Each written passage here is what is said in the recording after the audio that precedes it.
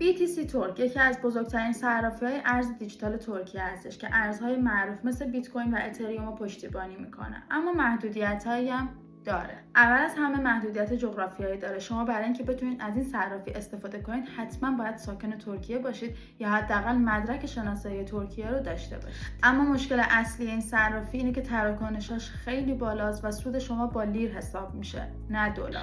یه مثال برای اینکه این موضوع راحت‌تر درک کنید. فکر کنید این معامله‌ای رو باز کردید که 300% سودتون میشه. وقتی میخواید این معامله رو نقد کنید به خاطر اون کمیسیونی که باید پرداخت کنید و ارزش لیر، سود واقعی شما 50% حساب میشه. چون اینجا پولتون رو لیر برمیگردونن.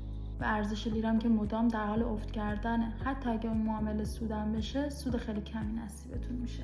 حالا بگذاریم که متوجه شدیم که امسال هم حمله سایبری داشتن توی واریز برداشتاشون. این موضوع تو این ویدیو باز نمی‌کنه. پس قبل از شروع کار با این صرافی حتما نکته محدودیت جغرافیایی، کمیسیون بالای این صرافی و همینطور ارزش لیر رو در نظر بگیرید. اگر شما هم تجربه کار با صرافی BTC ترک دارید، حتما توی کامنت ها بهم بگید.